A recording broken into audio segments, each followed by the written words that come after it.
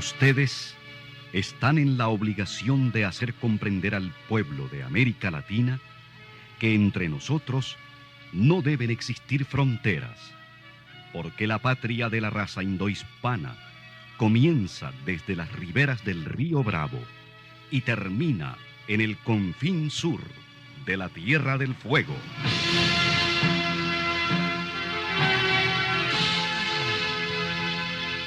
Sin fronteras. Un recorrido por los campos sin límites de la información, la música, la cultura, la economía y el deporte. Los hechos y los hombres que todos los días construyen un mundo sin fronteras.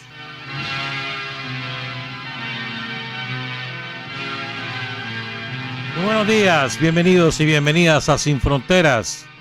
Hoy es viernes, día histórico, 23 de agosto del año 2019, con Carlos José Hurtado Ordóñez y Luis Enrique Guerrero.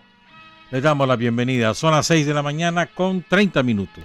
Sin Fronteras, la revista, con William Griggs Vivado, en la primerísima 91.7 y 105.3 FM. Ayer falleció en Jinotepe una compañera retirada del Ministerio del Interior. Queremos enviar saludos y solidaridad a su familia y a sus compañeros de los retirados. Se trata de la compañera Marlene Quintanilla, activa combatiente del Frente Sandinista. Quiero enviar un saludo y ánimos al compañero Álvaro Arroyo Ugarte, quien está internado con varios procedimientos ahí de por medio. Enviarle ánimos, que pronto se recupere, que recuerde que la mente es fundamental para poderse recuperar. Hoy está de cumpleaños Otto de la Rocha, el más grande de los cantantes tradicionales en Nicaragua. Un hombre que todo su aporte musical creo que ya es parte del acervo cultural nicaragüense. Sus canciones, La Pelo en Maila, Te doy una canción, y tanta. No, la de Managua no, la de Jinotega también me vas a decir ahora, no, pero una canción es la más linda para mí. La más linda de todas. Pero es que tiene un montón, pues. Saludos a Otto de la Rocha. Ese hombre tiene como 8 vidas, pues. Se ha salvado como 7 veces. Y esas son las ganas de vivir. Y tiene la voz como que si no tuviese la edad que tiene. No, de chavalón. Saludos a don Otto de la Rocha. Estuvo de cumpleaños Juan Vega. Allá en su hacienda. Tiene una hacienda enorme, ¿me entendés? Como con 40,000 cabezas de ganado y no sé cuánta cosa más. Ahí andamos, en Pío 12. Saludos a Juancito, un combatiente de la insurrección, de los que anduvo en el repliegue. Saludos también a Miriam Chávez. Y hoy está de cumpleaños el director del Instituto Nacional de San Rafael del Sur, el compañero, el profesor Pablo Germán Hernández Lanuza. Hoy está cumpliendo una edad que no se dice, ¿me entendés? Lo saluda su esposa, Patricia Ortiz. Y muchas gracias por escuchar el programa. Después vamos a hablar de una compañera ahí, pero mal rato, espérenme. Es que hay muchas cosas que hablar hoy, muchas. Quiero compartir algunas cosas. Bueno, avisarle ahí en Chinandega mañana a las 9 de la mañana en el auditorio de la antigua estación del ferrocarril en la ciudad de Chinandega. Habrá una asamblea de la Juventud Sandinista Generación de los 80. Mañana, 9 de la mañana, en el auditorio de la antigua estación del ferrocarril en la ciudad de Chinandega. Quiero compartir con ustedes 2 correos. Procuro no trasladarlos todos por obvias razones, pero estos 2 son importantes porque uno tiene una reflexión y el otro tiene una novedad relevante. El primero es de la compañera Teresa Torres. Saludos, Teresa. Ella dice lo siguiente: soy militante de las que entonces fuimos jóvenes, pero ya no somos las mismas de antes, de las que dejamos a nuestros hijos bajo el cuidado de nuestra madre. Mi hermana Ana Eva y yo fuimos milicianas cuidapuentes de Navas y de todos los centros estratégicos, mientras la mayoría de hombres estaban integrados en Osbli. Eso fue en la década de los 80. Y honestamente creí que luchamos por una causa digna de defenderse. Pero ya los años mayores nos obligan a otras tareas. Ya con los años ya mayores nos obligan a otras tareas. Sin embargo, he escuchado relatos que ni en los círculos de estudio político los escuchamos. Nunca nos relataron que en los cuentos de esa lucha a muerte existiera gente con menos comodidades que las nuestras. Yo fui secretaria general del primer ministro, del primero que fue ministro de la Dirección General de Reforma Agraria. Y hasta llegué a considerarme mártir, cumpliendo con puestos de mando, cumpliendo con el trabajo de vigilancia en el barrio, inspectora de Micoín. Pero reflexiono y recapitulo que yo tenía un buen empleo, un buen salario, un techo donde resguardarme y mis alimentos racionados, al igual que en todo el país. El contraste que encuentro entre sandinistas de la ciudad y sandinistas del campo no tiene límites. Al oír los relatos de testimonios de compañeros y compañeras que nunca se sintieron mártires, no obstante su heroísmo, el valor, la firmeza y la convicción de esos compañeros y compañeras que en circunstancias desiguales a mis condiciones dieron su vida, y gracias a ellos todavía podemos seguir dando pequeños aportes. En todos los programas hay temas de reflexión, pero el testimonio del miércoles 21 con lo sucedido en Lagartillo, con nombres, apellidos, acciones heroicas, me hizo llorar. Esta causa ha sido muy dolorosa para este pueblo. Honor y gloria a aquellos que dieron su vida. Y luego, saludos a los compañeros que apoyan el programa, a los oyentes. Y dice que quiere que el programa sea de harina. No. Gracias a la compañera. ¿Por qué es importante? Fíjense, porque los que vivimos en las ciudades a veces pensamos que lo que nosotros disponemos, de lo que nosotros tenemos, poseemos, hemos adquirido, lo que sea, lo tiene todo el mundo. Olvidamos que en este país prevalece la desigualdad social. Daniel, el gobierno sandinista han hecho esfuerzos formidables para reducir esa brecha, pero está lejos de lograrse la equidad social, está muy lejos. Entre otras razones porque vivimos en un sistema capitalista. Entre otras razones. En el campo, incluso en muchas ciudades, aquí en Managua, hay muchas comunidades empobrecidas que a duras penas logran llevarle la comida a sus hijos, a la familia, un bocado de comida a los 3 tiempos. Hay muchas familias que viven en esas condiciones. En el campo ya no se diga. Hay comunidades campesinas sumamente empobrecidas con todo el esfuerzo que ha hecho el gobierno. Comunidades que hasta ahora están conociendo la energía eléctrica. Por ejemplo, ayer estaba viendo la información, allí en el Ayote, ya va a llegar la energía eléctrica a una de las últimas comunidades que faltaba. Y toda la gente entusiasmada, trabajando, poniendo postes, acarreando alambres, etcétera. Pero es que a veces creemos que en los que vivimos en la ciudad, los que tenemos determinadas comodidades, por mínimas que sean, creemos que todo el mundo las posee, y eso no es así. Y es verdad lo que dice la compañera, es decir, los sacrificios que implica para un sandinista que tiene condiciones materiales difíciles son mucho mayores que los que podemos hacer los que vivimos en la ciudad y tenemos la vida resuelta. Y a veces se nos olvida. Es importante esa reflexión que hace la compañera. Muchas gracias, Teresa Torres. Y también nos escribió el profesor Juan Ramón Osorio, el que nos trasladó el testimonio de Lagartillo. Y muchas gracias por lo que nos dice, pero quiero compartir lo siguiente. Oigan esto, mire, esta es una novedad.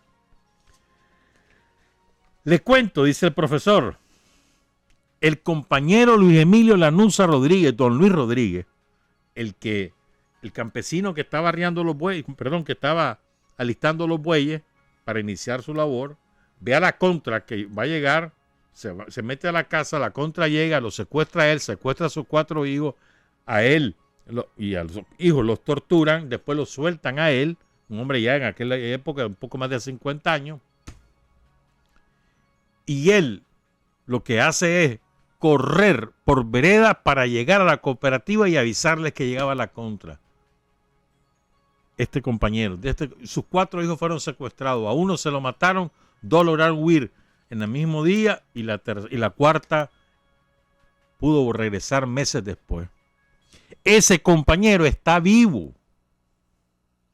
Nació el 29 de diciembre de 1929. O sea, imagínate vos, él estaba había cumplido años cuando ocurrió el 31 de diciembre de 1983, cuando ocurrió la matanza, ahí en el Lagartillo. Él va a cumplir el 29 de diciembre de este año 90 años. Y dice el profesor, vive en Estelí. Dice, está muy coherente y firme en sus ideales como militante sandinista. Saludos para don Luis Rodríguez y doña Socorro, su esposa y madre de sus hijos, su adorable Collita, así le dicen, quien inseparablemente lo ha acompañado durante más de 60 años de vida matrimonial. Los dos siempre han sido humildes y dignos militantes del Frente Sandinista y viven en la ciudad de Estelí, de manera que bonito, ¿verdad? Ojalá que se lo celebren allá en Estelí, a lo grande, o en el Lagartillo, que lo lleven. Si aguanta el viaje, que lo lleven a Chuapa. Qué bonito, ¿ah? Don Luis y doña Socorro, juntos y ya en una avanzada edad y militantes, los dos lúcidos, enérgicos y activos. Muchas gracias al profesor Juan Ramón Osorio desde la ciudad de León por contarnos esta noticia. Antes de entrar a los dos temas, quiero abordar lo del Palacio Nacional y lo de la alfabetización. Pero es que hay 2 cositas que es imposible no mencionarlas. Primero, este año han ocurrido 34 feminicidios en el país. Es decir, han habido 34 mujeres que han sido asesinadas por su pareja o sus exparejas o gente que la ha asesinado por ser mujer en este año. 34. El año pasado fueron 62. O sea, 34 van este año. Yo no sé cuántos niños huérfanos habrá ahí. Gerson Dumas tiene esa lista. Vamos a ver si la actualizamos adecuadamente con la cantidad de niños que han quedado huérfanos. El lunes hubo un intento de asesinato de una muchacha, una chavala guapísima, ahí en el barrio Recreo. ¿Qué fue? Ayer en San Juan del Sur, ¿verdad? Un bestia que había sido pareja de una muchacha, como la ve pasar, que le iban dando ray en una moto, un compañero de trabajo le iba dando ray, entonces lo siguió en su carro y los embistió. La muchacha tiene golpes graves y el muchacho mucho más grave porque quedó con trauma craneal encefálico, o sea, el golpe en la cabeza casi se la parte. Pues. Mira qué desgraciado ese maldito. Ya está preso. ¿Verdad? Pero entonces ahora vienen, ¿verdad? Las que nunca se han preocupado y salen con una gran campaña. Y vienen todos los empresarios golpistas. Y ahora resulta que ellos están preocupadísimos por la seguridad de las mujeres. Serán sinvergüenza. Maltratan a sus empleadas. Les pagan el salario. Tienen mucho menor salario que los varones. Muchas de ellas. Si sale embarazada, la primera que hacen, la corren. Porque ya va a perder mucho tiempo cuidando a su niño. Y estos desgraciados ahora resulta que son feministas, protectores de los derechos de la mujer. Y estos son los que patrocinaron las salvajadas que hubo contra decenas de mujeres en los tranques del año pasado. Por ejemplo, la compañera policía allá en el tranque, primero en el tranque de Gertilandi y luego en el tranque de San José, bestialmente torturada. Menos mal que ella logró recuperarse, por recuperar la vida al menos. Y la salud física.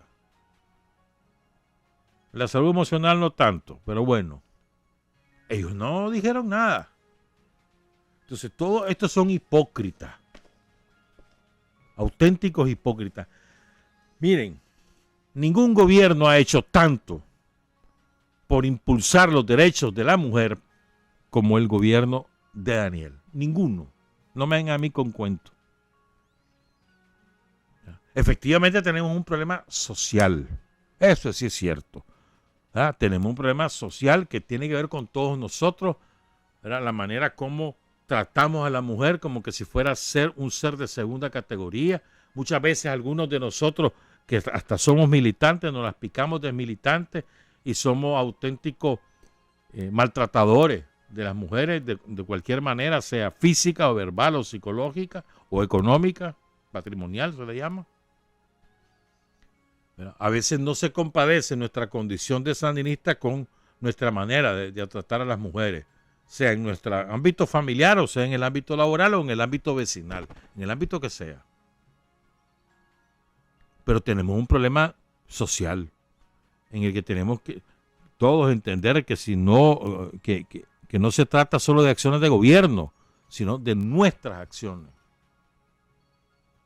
El gobierno está obligado a relanzar acciones que permitan proteger a las mujeres amenazadas. Por ejemplo, esta muchacha el lunes, ella misma dijo que había ido a la policía a denunciar al tipo ese que la quiso matar. Menos mal que lo agarraron y le pegaron una cachimbiada que no es jugando, ojalá que le peguen otra.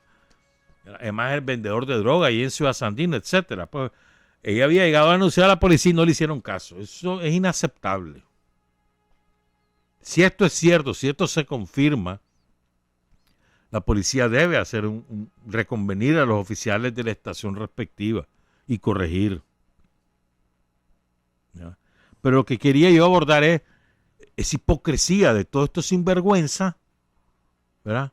Que vienen proclamando ahora, que ahora resulta que proclaman, ¿verdad?, los derechos de la mujer, que los van a proteger, que si estás mal, venite para acá, yo te voy a ayudar. Sí, cómo no.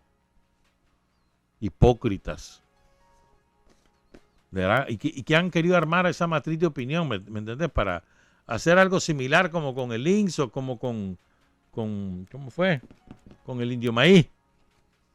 Y a propósito del Indio Maíz, terrible lo del Amazonas, ¿verdad? Ustedes ya conocen, hay mucha información sobre eso, ¿verdad? Solo esta semana se han registrado 68 incendios en territorios indígenas. 68. Hay 73,000 focos de incendio en este momento en Brasil. De ellos, la mitad en las Amazonas. Ha habido el doble de incendios este año que el año pasado. ¿No? Pero ¿qué es lo que quiero? Bueno, en el último año, el área forestal de la Amazonía brasileña se ha reducido entre un 20 y un 30%.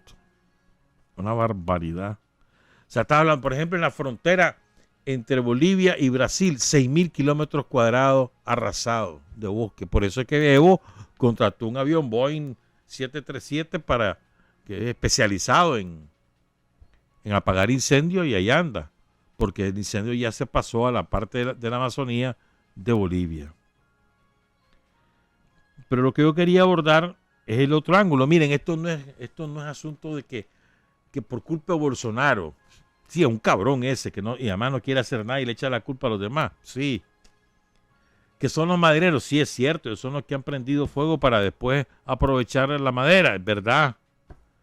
Que son terratenientes para avanzar en la frontera agrícola y tener más cultivo de caña de azúcar y ese tipo de cosas, sí es verdad. Pero ¿cuál es el origen último, esencial? El sistema capitalista, que se caracteriza no solo por la explotación y misericordia de los seres humanos, sino también de la naturaleza, del planeta. El capitalismo está acabando con ambas cosas, con la raza humana y con la naturaleza. O sea, el problema de fondo es el sistema.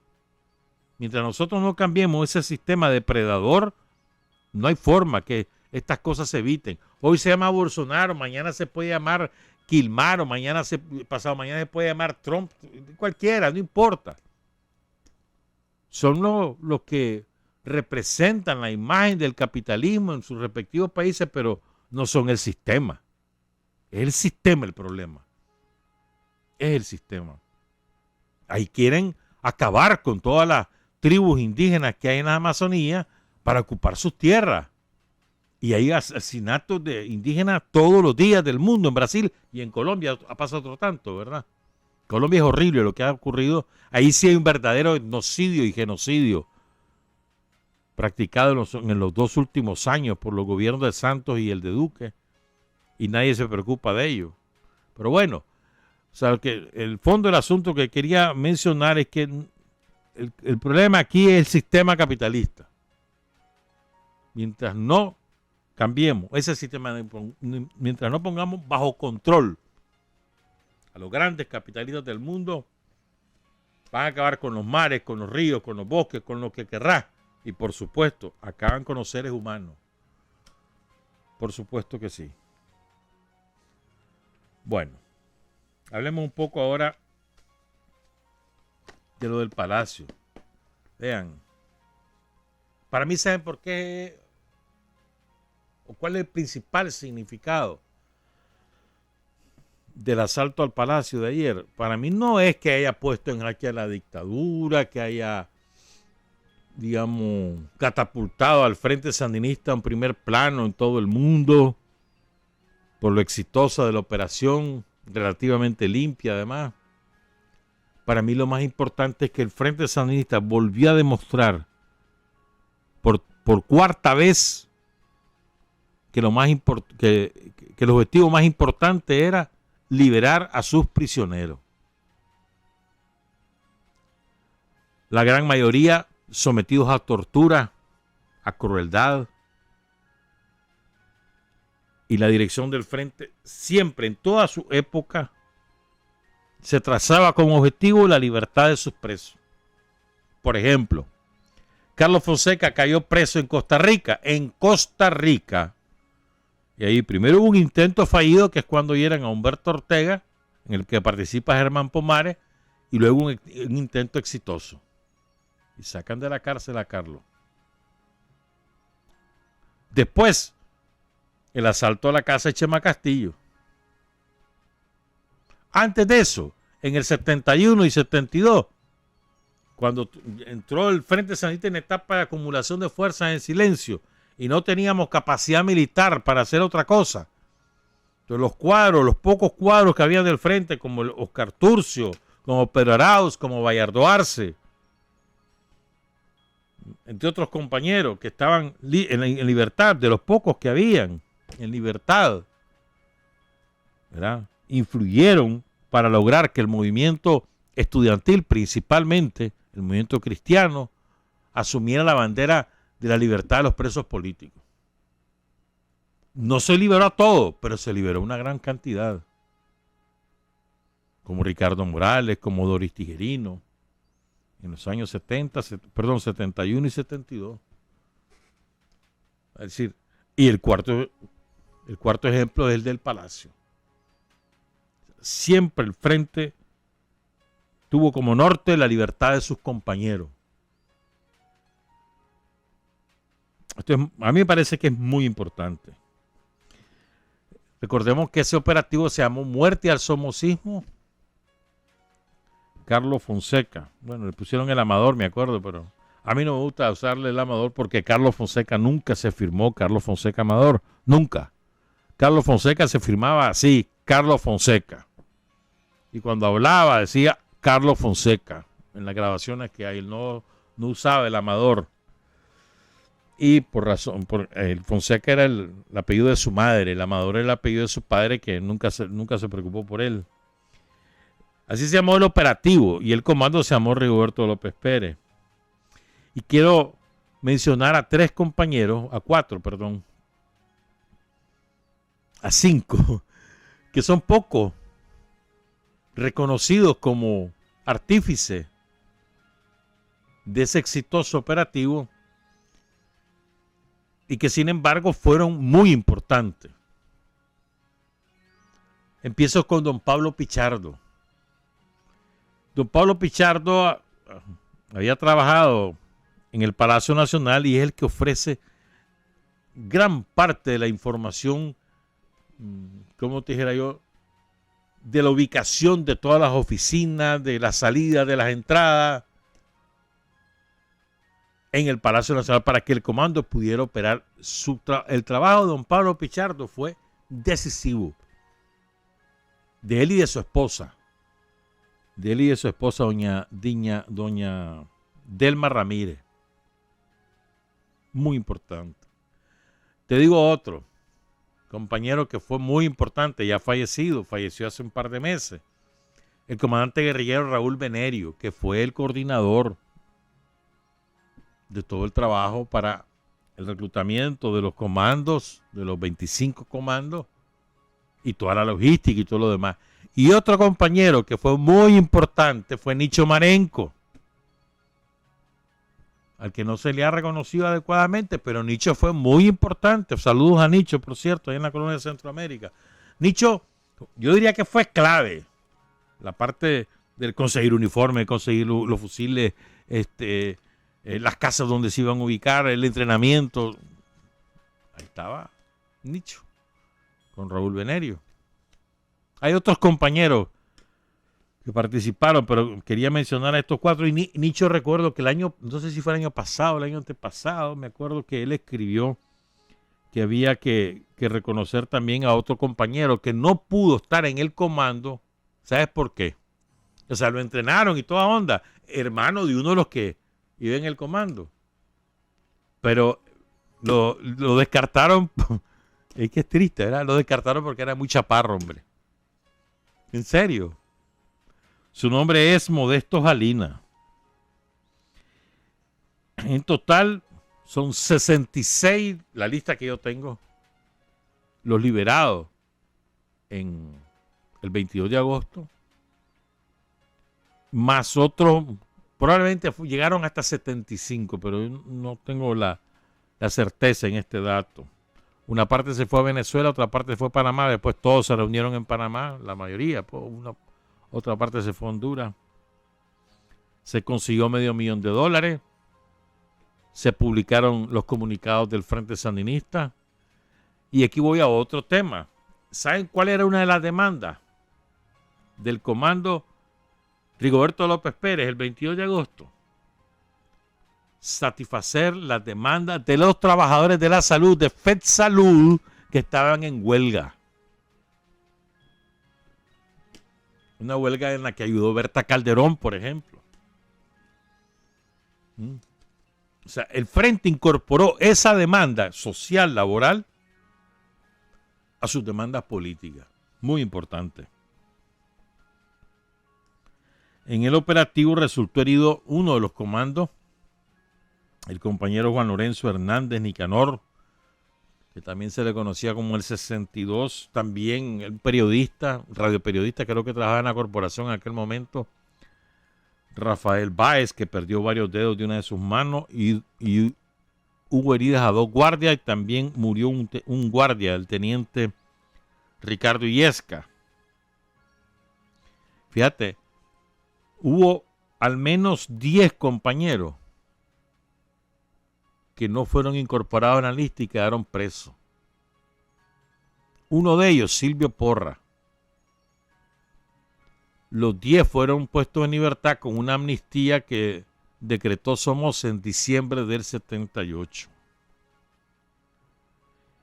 Y Porras, que se le conocía como Israel, cayó en combate aquí en los barrios occidentales de Managua, en la insurrección final. A él lo capturan el 15 de junio y su cuerpo nunca apareció. del compañero Silvio Porra. Voy a leer la lista de los prisioneros liberados y de los compañeros del comando, porque hay que rendir honor a todos estos compañeros. Además de los liberados fueron los siguientes. Voy a leerlo en orden alfabético por apellido. Isidro Alfaro, Rodolfo Amador, Pedro Antonio Jiménez, Charlotte Baltodano, la queridísima Charlotte, una extraordinaria pintora intelectual, una mujer exquisita, dulce, dulce, dulce. Murió hace como 10 años, murió de cáncer. Pero de verdad, una mujer, a mí por lo menos siempre me conmovía cada vez que la veía, que platicábamos. Charlotte Baltodano. Tomás Borge, Misael Brenes, Gabriel Cáceres, Guillermo Cáceres, Roberto Calderón, el comandante también ya fallecido, fue general del ejército. Gloria Campos, la comandante Gloria Campos, saludos a Gloria. Javier Carrión, Juan Castro, Fernando Chamorra Pacholi, el negro Chamorra había caído preso porque de aquí, de donde quedaba la sucursal del BDF que cerraron aquí en Plaza Inter, frente a Plaza Inter, por la rotonda Hugo Chávez, él disparó un rocket, dos fueron contra el Intercontinental. Él quería supuestamente atacar el búnker. Y además si todo lo agarraron preso. El negro Chamorro tenía una larga trayectoria antisomocista, estuvo en los ataques a los cuarteles de Diriamba y Jinotepe en el año 60, si mal no recuerdo. También fue puesto en libertad el negro Chamorro. Lucas Cortés, Marta Crancho, María Auxiliadora Cruz, Epifanio Cruz Torres, José Cruz Sandoval, Francisco Cuadra, Donald Gaitán, Miguel Galeano, Roger García Molina, Julio Gómez, Álvaro González Cerrato, que después cayó, creo que cayó Álvaro González, sí, ¿no? O en el Frente Sur o en el Frente Nororiental, no recuerdo bien. Eddie González, Jorge el Cuervo Guerrero, Donald Guevara, Marjín Gutiérrez, nuestra gran compañera allá viviendo en Molinos Norte, en Matagalpa, Catalino Guzmán, Francisco Guzmán, que fue rector de la UNAM Managua, Luis Guzmán, Luis el Chiri Guzmán, saludos Chiri, ahí está en Inicer, Marcio Jaén, Santiago Lagos, Edgar Lanza Casa, que cayó en Veracruz en abril de 1979, Eloy López, Amílcar Lorente, Apolonio Martínez, Felipe Martínez, Maximiliano Martínez, Roberto McKibben, es otro gran compañero ya fallecido, Félix Pedro Meneses, Francisco Mercado, Gertrudis Molina, Roberto Montenegro, Iván Monterrey, Gregorio Montoya. Este se descubrió que lo habían matado, Gregorio Montoya. O sea, estaba en la lista, pero ya lo había matado la guardia. Los hermanos Gustavo y Víctor Moreno. René Núñez, ya fallecido. Rosa Argentina Ortiz, la Rosita Ortiz. Saludos, Rosita. Felipe Peña, Javier Pichardo, comandante guerrillero. Leopoldo Rivas, comandante guerrillero y ahora coordinador nacional del sandinismo histórico. Domingo Robledo, Aurelio Rodríguez, Felipe Rodríguez, Manuel Rodríguez. Estos son 4 hermanos, Felipe, Aurelio, Manuel y Rogelio, que los habían echado presos en Masaya. Cándido Ruiz Talavera, Germán Sandoval, Carlos Sequeira, Antonio Silva Rocha, Alfredo Talavera, la comandante Doris Tijerino Haslam, Juan José Úbeda, saludos Juan José, el comandante Úbeda, ahí está también en Inicer. Roger Urey, Elvis Chavarría, que estaba en la lista y estaba supuestamente preso y ya lo había matado la guardia, como a José Jarquín, como a Antonio Mairena Lugo, como a Marcos Silva Molina y como a Azucena Suárez Mena. Estaban en la lista y los mataron. O sea, ahí se supo al frente que supuestamente estaban presos, pero ya los habían matado.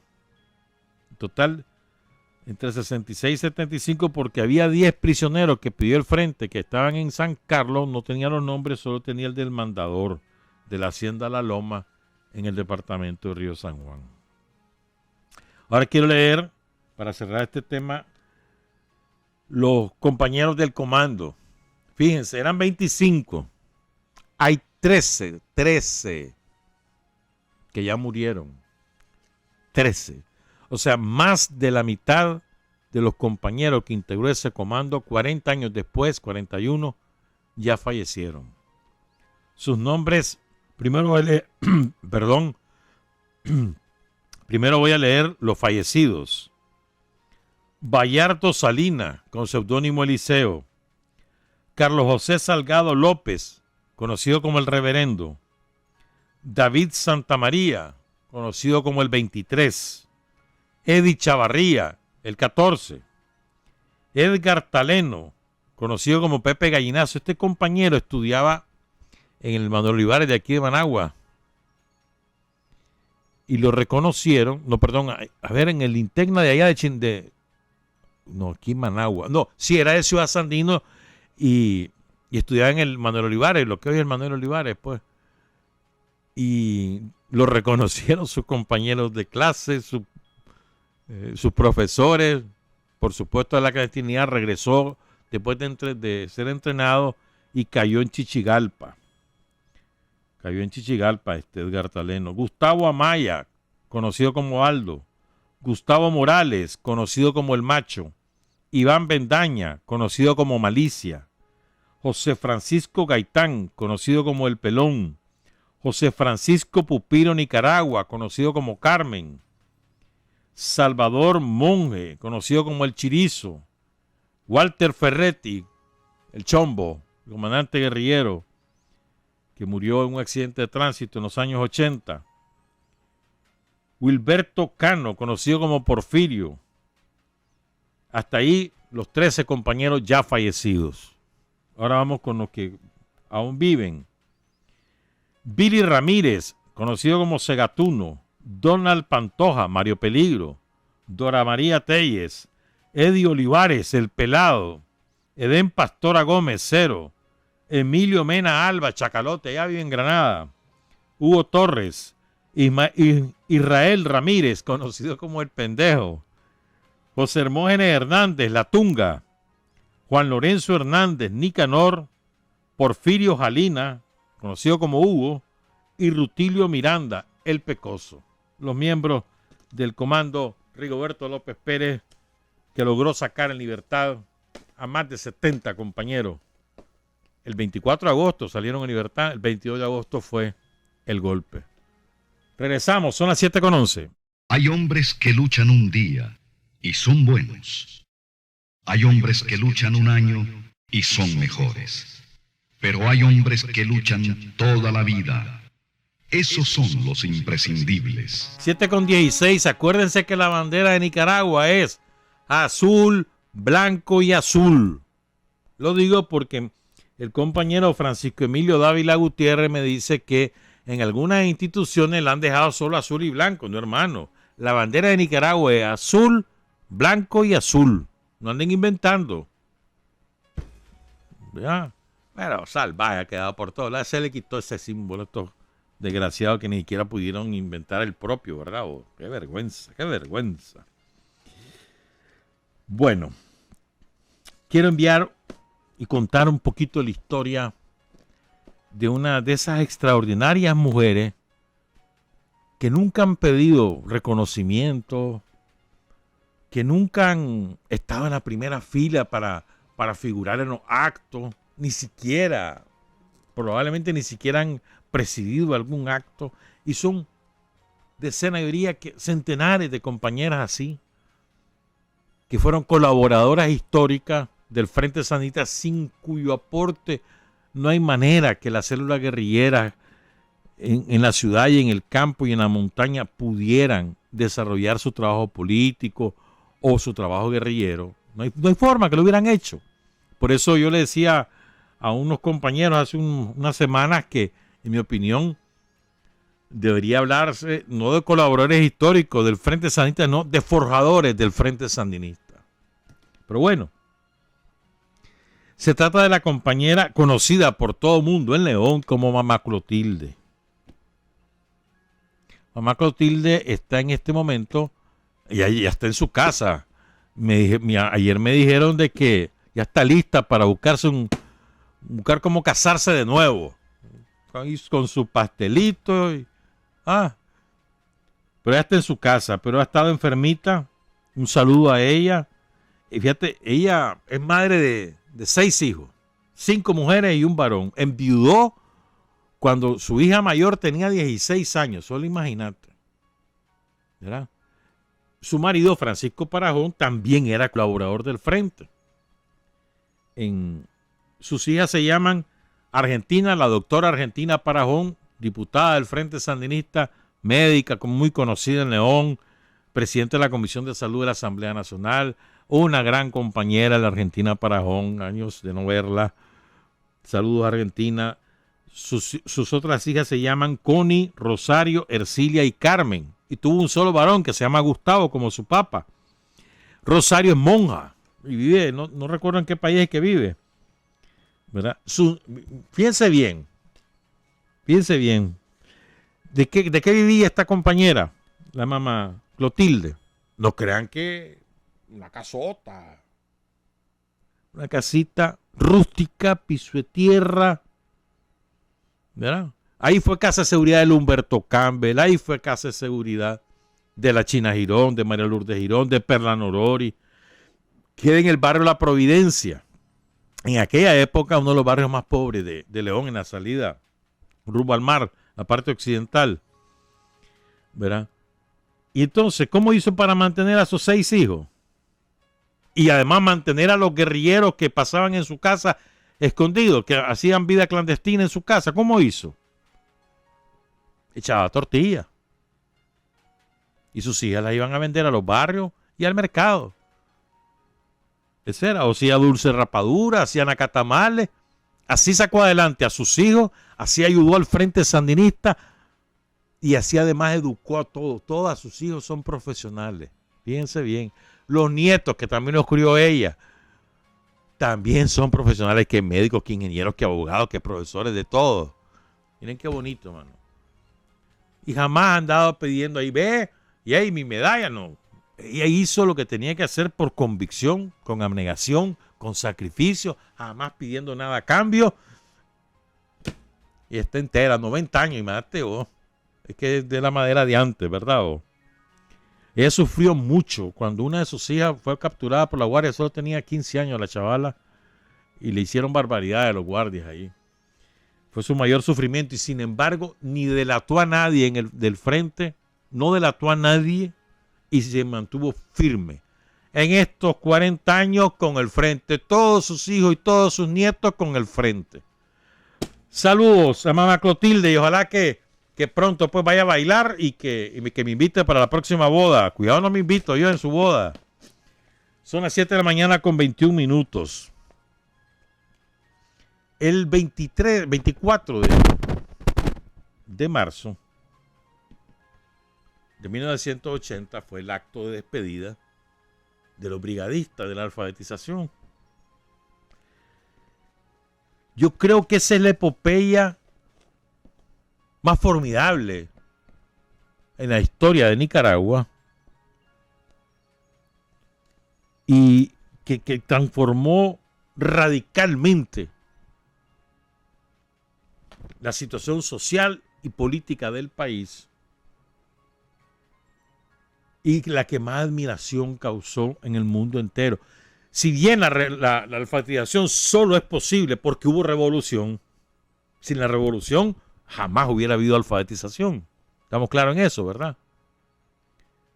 Pero es que la alfabetización, no sé, como no implicaba balazo ni muerte, sino que todo era voluntario y movilizó no solamente a los muchachos, a las muchachas, y bueno, y gente que no era tan muchacha, ni muchachos, no, gente mayor incluso, que se fueron a la montaña, sino que además movilizaba a las familias que respaldaban a sus hijos, a sus hijas, que le mandaban comida. Yo me acuerdo, por ejemplo, mi hermana Susan, ahí en Plan de Granma, y yo recuerdo que mi mamá me mandaba a la Toñita, y la Toñita ya se iba a meter hasta el Plan de Granma, a como fuera, para llevarle la comida a mi hermana Susan. Allá en Plan de Granma, imagínate vos. En aquella época. Pero es que así era con todos los brigadistas. ¿Verdad? Todos los brigadistas tenían su familia como retaguardia, que le llevaba su comidita de vez en cuando en las dificultades del transporte de la época, aquellas carreteras que eran malas, ¿verdad? Y todo el mundo ayudando a que los chavalos, todo el mundo consumía con avidez la información de los frentes de guerra contra el analfabetismo, porque él se organizó como un frente de guerra, pues el occidental, el norte, el central, el de Managua, etcétera, ¿verdad? Pero eso fue muy bonito, pues.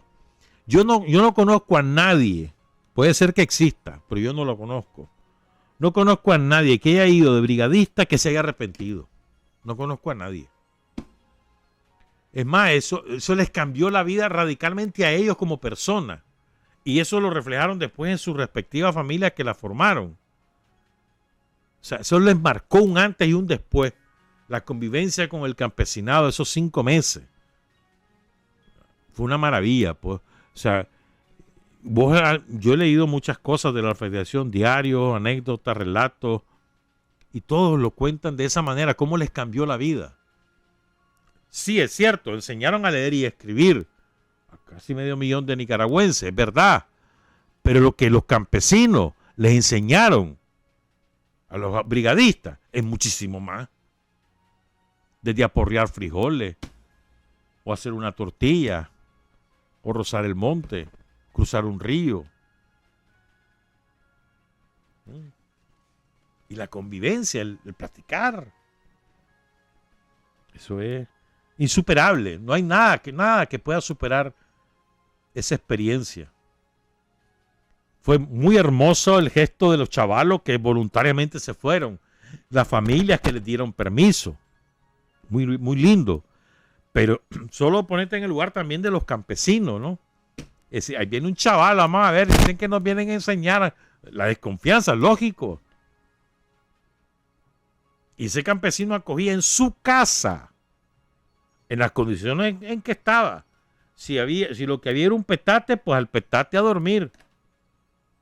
Y si no había ni petate, pues a poner una sabanita, lo que fuera, y a dormir. A comer lo que había.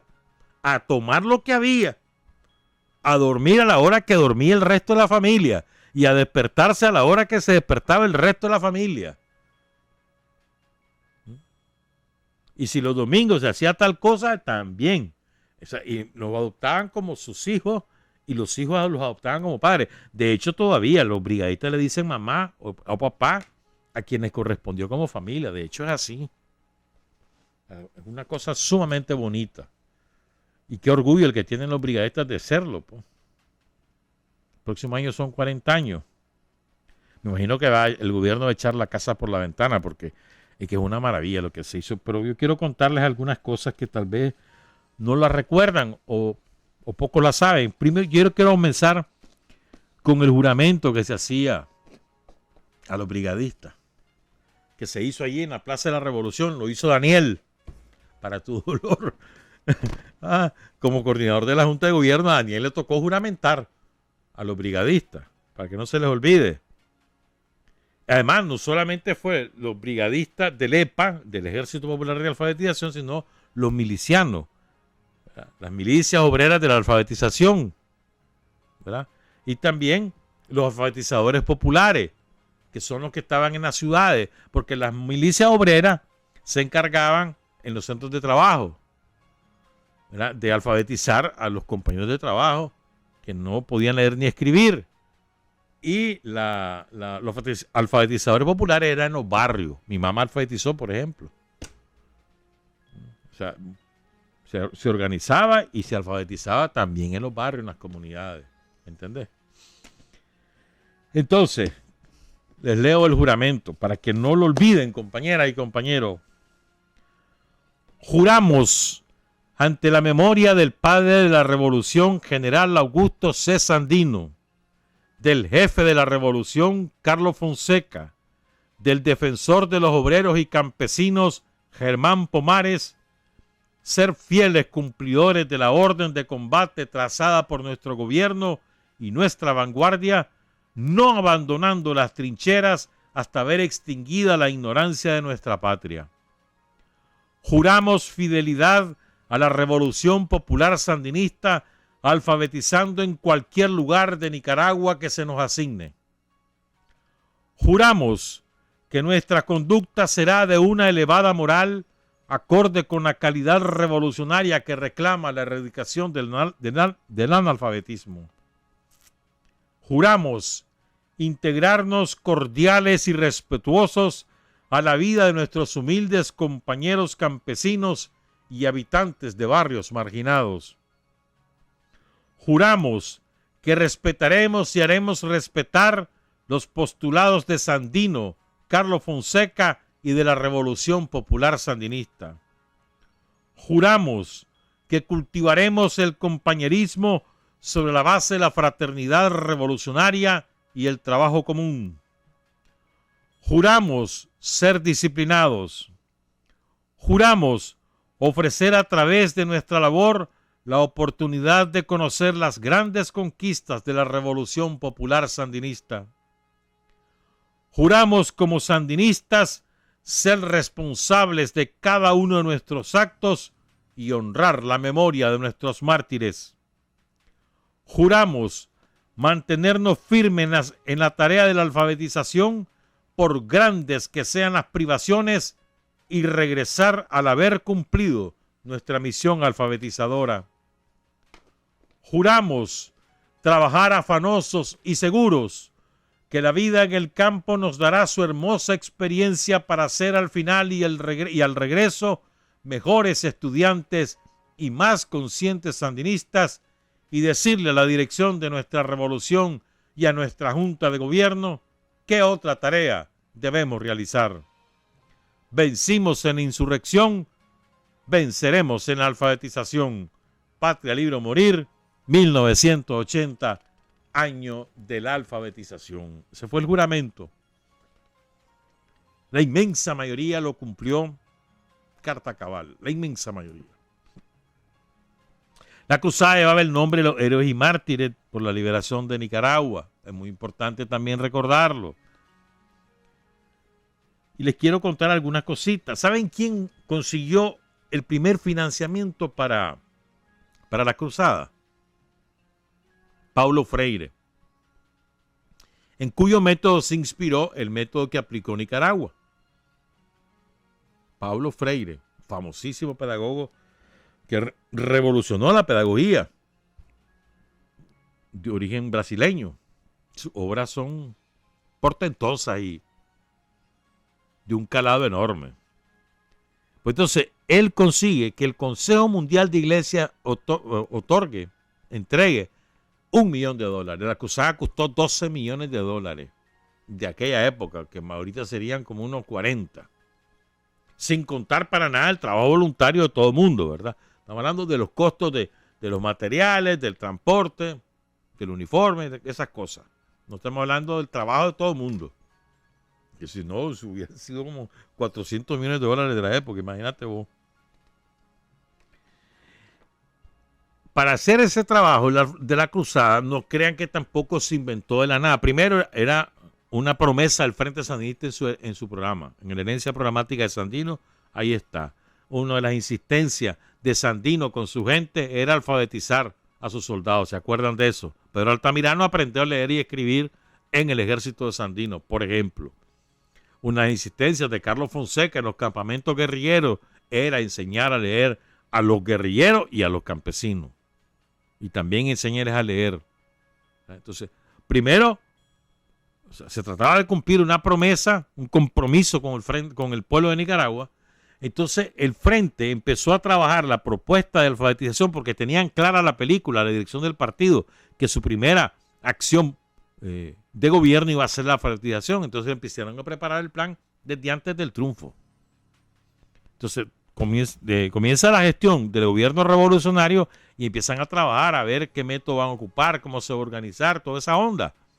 Entonces estudiaron la experiencia de México, la experiencia de Costa Rica, la experiencia de Cuba, distintas experiencias internacionales, y sobre esa base se hizo, ¿verdad?, el método de alfabetización nicaragüense, inspirado, ¿verdad?, por el método Freire.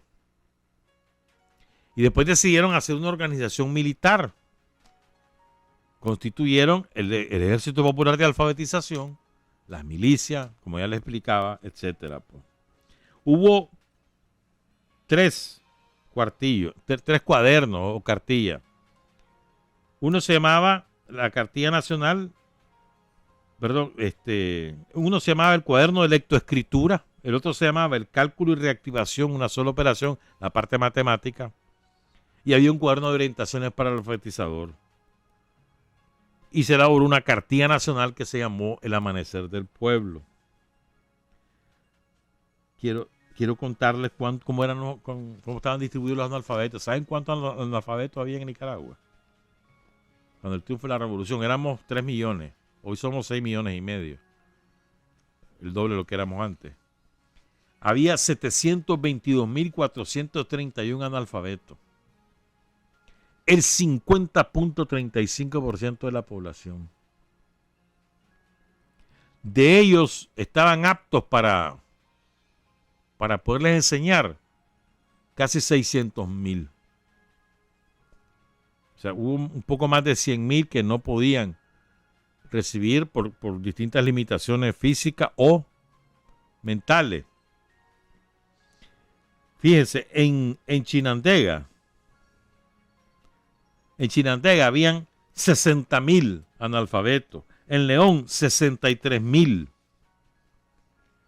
En Managua, departamento, 101.000, era la tasa menor, 27%, pero en Managua rural era mucho mayor, era el doble la tasa.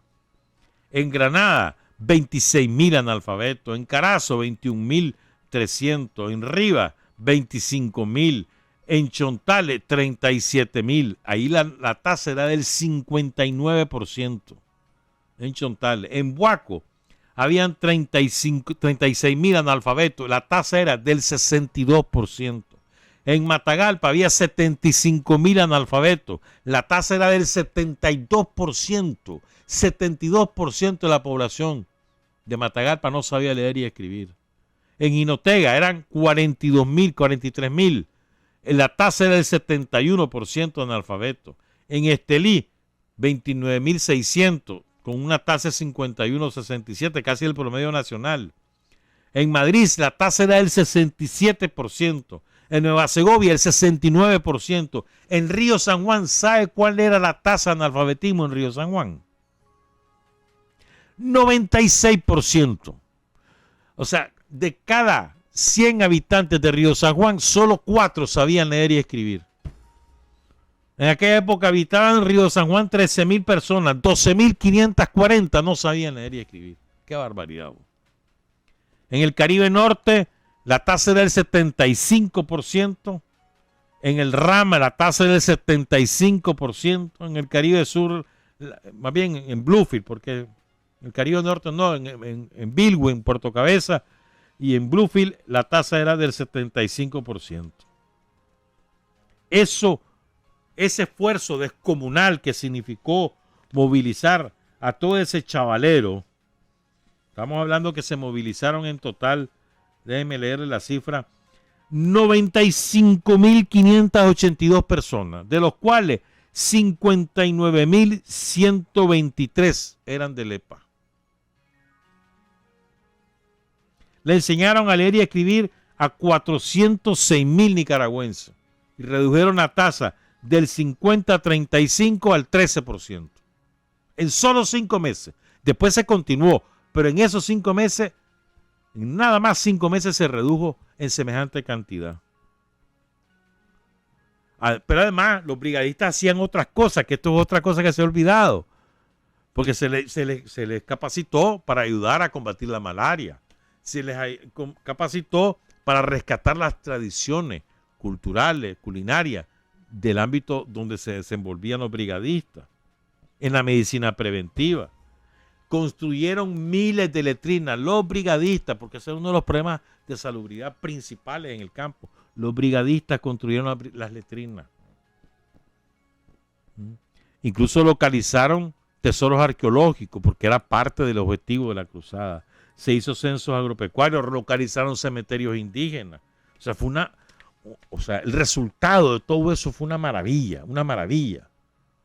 Incluso se hizo el museo de alfabetización con todo lo que los chavalos trajeron, pero Humberto Belli, que ahora anda reclamando, dice él, que caiga la dictadura de Daniel, ahí anda con todos estos cabrones que lo hicieron la vida imposible el año pasado. Ese Humberto Belli destruyó el museo de la alfabetización, que quedaba ahí en Las Palmas. Él lo destruyó y se las pica de demócrata. ¿Cree que uno se va a olvidar de eso? Jamás, jamás. Entonces, les decía, había guerrillas urbanas alfabetizadoras, las GUA, la milicia obrera alfabetizadora, las MOA, y la milicia alfabetizadoras campesinas, las MAC. Alfabetizadores populares, hubo 25.846. No solamente fue el EPA, también habían otros instrumentos para la alfabetización.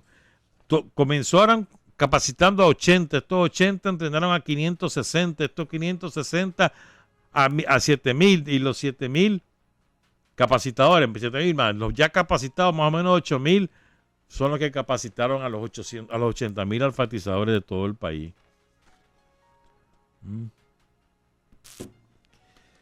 Ahora les quiero recordar quiénes son los muertos, sobre todo recordar al primero de ellos, Georgino Andrade. Georgino Andrade era un muchacho de 28 años, él del Nancital, una comarca allá en San Francisco del Norte, en el departamento de Chinandega, o San Francisco de Juaniquilapa, perdón. De ahí era Georgino Andrade, 28 años, delegado de la palabra. ¿Verdad? Entonces, los delegados de la palabra, los que son católicos, saben que en zonas donde no hay sacerdote, los delegados de la palabra se encargan no de oficiar misa, pues, pero sí de una celebración religiosa. Y son muy importantes, son líderes en sus respectivas comunidades, son muy respetados. Georgino Andrade era uno de ellos.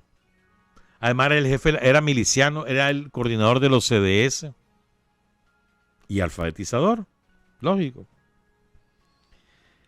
Era un hombre muy capacitado.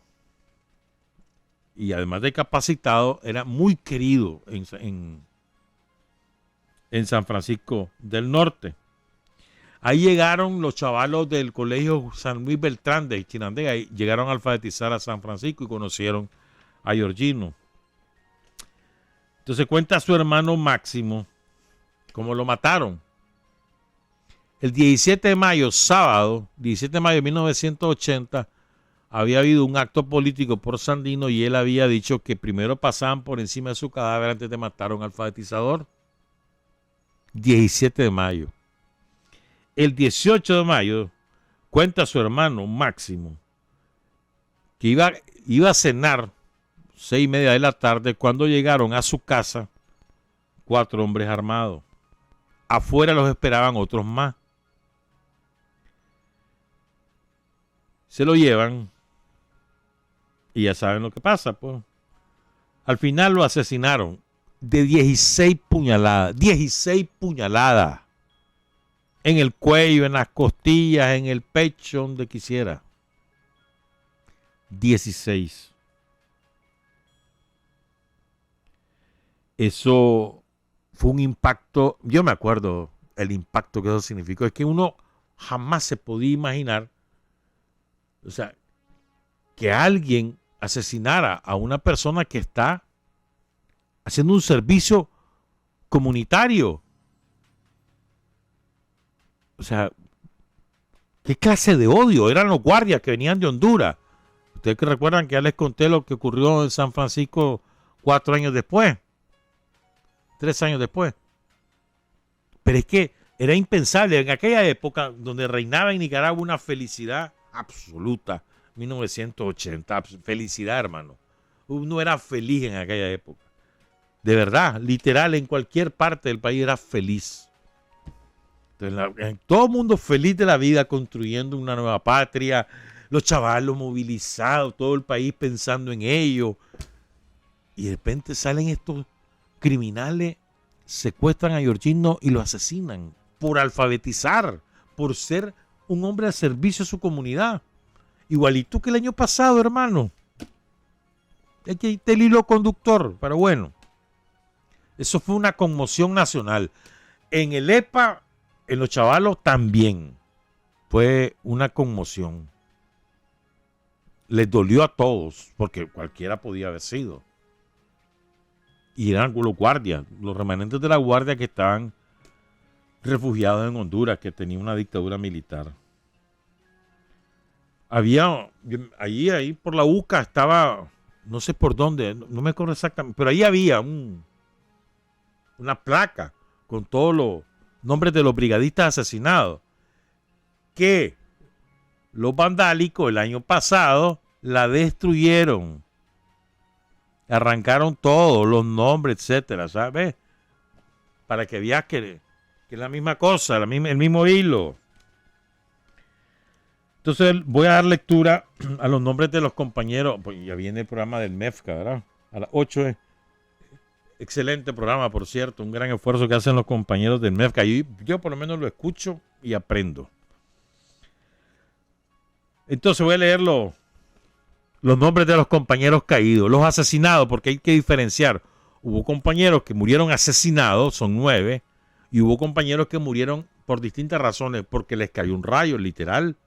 Murieron ahogados en accidentes de tránsito, disparos accidentales, uno que se suicidó, se envenenó. O sea, de todo hubo. Lástima que no hay fechas ni circunstancias de cada uno. Incluso hay 3 hermanas que murieron. Yo supongo que fue un accidente de tránsito. Debería alguien que lo recuerde, que lo contara, ¿verdad? Porque debe haber sido horrible para la familia. 3 hermanas. Primero voy con los asesinados. En orden alfabético de apellido. Flor Marina Aguilar Álvarez. Georgino Andrade Rivera.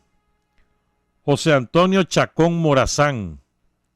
Juana Cruz Centeno de Obando. Luis Emilio Vázquez García. Marta Lorena Vargas Amador. Miguel Ángel Guevara. Napoleón Dávila Vargas y Noel Gadea Pastora. Estos son los 9 compañeros asesinados por los somocistas en plena cruzada de alfabetización. Y los fallecidos por otras circunstancias son los siguientes. También mártires de la cruzada. Adolfo Alvarado, Anabel Durán Guerrero, Gaby Durán Guerrero e Isabel Durán Guerrero. Esas son las 3 hermanas que te decía. Anabel, Gaby e Isabel Durán Guerrero. No sé cómo murieron. Yo, quizás en un accidente de tránsito o quizás ahogada. Alba Ruth Hernández, Alejandra María Tercero, Angélica Rafaela Ñurín Davado, Antonio Montenegro Blandón, Carolina Isabel Castro Darce, David René Espinosa Quintanilla, David Ventura Largaespada Álvarez, Derma Briceño Sandino, Domingo Lumbí Urbina, Donald Munguío García, Edmundo Hernández Guadamuz, Eduardo Girón, Emilio Vega Hernández, Eva Isabel Mena Ramírez, Francisco Antonio Benavente, Francisco Ruiz Arana, Guadalupe Méndez, Inés Urbina Araica, Jaime Arana Rocha, Jairo Antonio Castro Gómez, Jorge Urcullo Argüello, José Felipe Tejada, Juan Francisco Martínez Maltés, Julio César Villarreina, María Pérez Mairena, Marta Azucena Gutiérrez Izquierdo, Mauricio Gutiérrez Hernández, Nandini Moncada Carrasco, Néstor Javier Ruiz Leiva, Nilda García Carrasco, Ninosca Cuaresma Zavallos, Noel Ernesto Pineda Rodríguez, Orlando Madrigal Bonilla, Óscar Ramírez Mendoza, Patricia Guido, Pedro Flores Morales, Rafael Escoto Vidaurre, Raúl Robleto Amador, René Aguilar Flores, René Augusto Robleto Amador, Richard Downs Vez, Ronald Chavarría Pérez, Ronald Urseda Artola, Silvia Elena Paniagua Reyes y Yasmina Ruiz Dávila, los 59 héroes y mártires de la Cruzada Nacional de Alfabetización. Honor y gloria a todos ellos. Buenos días, buenas tardes, buenas noches. Trabajar, avanzar, combatir y vencer. Patria y libertad. Revolución es sentido del momento histórico. Es cambiar todo lo que debe ser cambiado. Es igualdad y libertad plenas. Es ser tratado y tratar a los demás como seres humanos.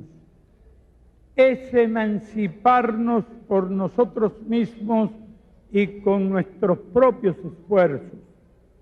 Es desafiar poderosas fuerzas dominantes dentro y fuera del ámbito social y nacional. Es defender valores en los que se cree al precio de cualquier sacrificio. Es modestia, desinterés, altruismo, solidaridad y heroísmo. Es no mentir jamás ni violar principios éticos. Es convicción profunda de que no existe fuerza en el mundo capaz de aplastar la fuerza de la verdad y las ideas.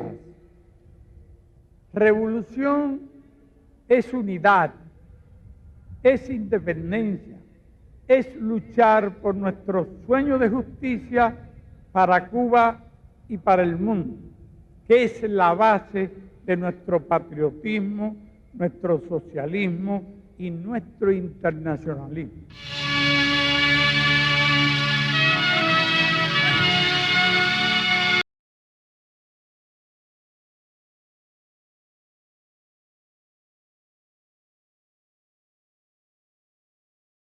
Y nosotros hemos recorrido el mundo sin fronteras. Los hechos que los hombres producen, transformando su realidad. Desde aquí, Nicaragua, tierra